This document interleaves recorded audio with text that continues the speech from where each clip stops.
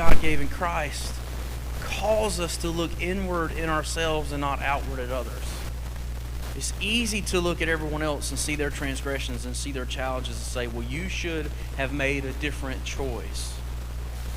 But the reality is the relationship we have with God calls us not to an outward view of life and everyone else around us, but to an inward, introspective view where I am constantly evaluating and going into myself and saying, God, am I where you want me to be?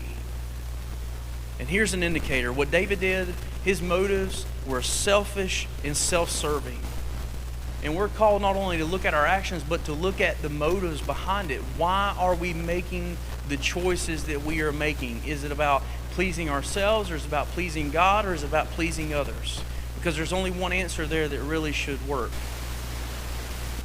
And David's motives here were about pleasing others. It was about pleasing himself, and it was about taking care of what he wanted.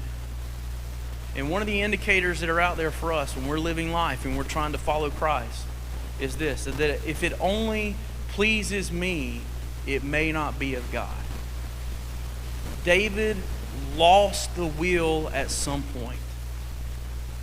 David lost control of his life. See, the story about Bathsheba isn't about adultery, right? That's part of it, but that's really not all that it's about. The story of Bathsheba is about a man that loses control, that loses perspective, that loses the ability to discern what God's desire is versus what his desires were. You know, one thing is when you go back and look through the story, and I've read this story multiple times, I've preached on it multiple times, I've given talks on it